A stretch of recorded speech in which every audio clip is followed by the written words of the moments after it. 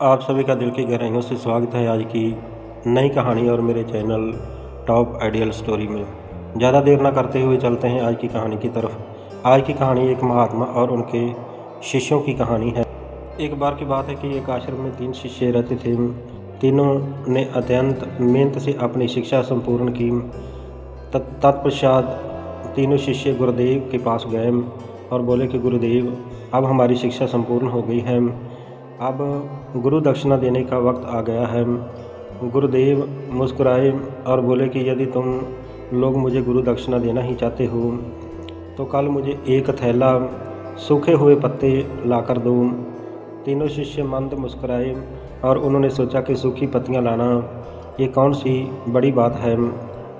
अगली सुबह तीनों शिष्य पास ही के जंगल में दक्षिणा के हेतु सूखे पत्ते एकत्रित करने के लिए गए, परंतु उन्हें ये देखकर आश्चर्य हुआ कि जंगल में सिर्फ एक मुट्ठी सूखे पत्ते ही बचे हुए थे। ये देखकर वह तीनों ही बहुत अधिक परेशान हो गए। उन्होंने सोचा कि अब गुरुदेव को दक्षिणा कैसे देंगे। तभी सामने से एक किसान आता हुआ दिखाई दिया जिसने कि एक थैले में ढेर सारे सूखे पत्ते लिए हुए थे। उन्होंने उस किसान से आग्रह किया कि भाई, हमें भी थोड़े सूखे पत्ते दे दो, हमें इसकी अत्यंत आवश्यकता है। तो किसान ने कहा कि ये सूखे पत्ते मैं अपने जीवन यापन तथा घर पर भोजन पकाने के लिए ले जा रहा हूँ, मैं ये आपको नहीं दे सकता हूँ। परंतु हाँ, पास के गांव में एक सेठ जी रहते हैं, उनके पास सूखे पत्तों से दोने बनाने का कारखाना है, शायद वह आपको सूखे पत्ते दे सकें।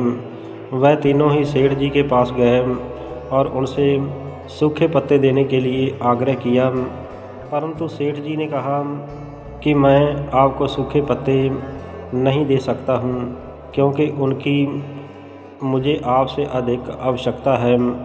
मैं इन सूखे पत्तों से अपना कारोबार चलाता हूँ और मुझे क्षमा करें। ये तीनों शिष्य अत्यंत परेशान हो गए और उन्होंने बहुत लोगों से पूछा तो पता चला कि पास में ही एक बूढ़ी दादी अम्मा रहती है। वह सूखे पत्ते एकत्रित करती है, हो सकता है कि उसके पास से मिल जाए। तीनों बूढ़ी दादी के पास गए और उनसे सूखे पत्ते देने का आग्रह किया, परंतु बूढ़ी दादी उन पत्तों से औषधियाँ बनाया करती थी, तो उन्होंने भी मना कर दिया। अब तीनों छात्र निराश होकर आश्रम में लौट आए और दुखी मन से गुरुदेव को सारी बात बताई कि वह उनकी दक्षिणा लाने में असफल रहे हैं। तब गुरुदेव ने कहा कि मेरे बच्चों, मुझे दक्षिणा की अभिलाषा नहीं है। मैं तो तुम्हें बताना चाहता था कि इस दुनिया में किसी भी चीज़ को छोटा नहीं समझना चाहिए। छोटी से छोटी चीज़ का भी अपना ही महत्व होता है और अपना ही मूल्य होता है। आज शिष्यों को पता चल गया कि जिन चीज़ों को हम बहुत छोटा समझते हैं, वास्तव में उनका भी अपना ही एक स्थान होता है। इसलिए हमें कभी भी किसी चीज़ को बेकार या छोटा नहीं समझना चाहिए, क्योंकि परमात्मा ने इस दुनिया में जो कुछ भी पैदा किया है बेशुमार कीमती है। प्यारे दोस्तों, ये थी आज की कहानी। अगर पसंद आई है तो कृपया मेरे चैनल टॉप आइडियल स्टोरी को सब्सक्राइब जरूर कर देना। आप सभी का बहुत बहुत धन्यवाद। हमेशा अच्छा सोचो, अच्छा करो और खुश रहो। वंदे मातरम। जय भारत।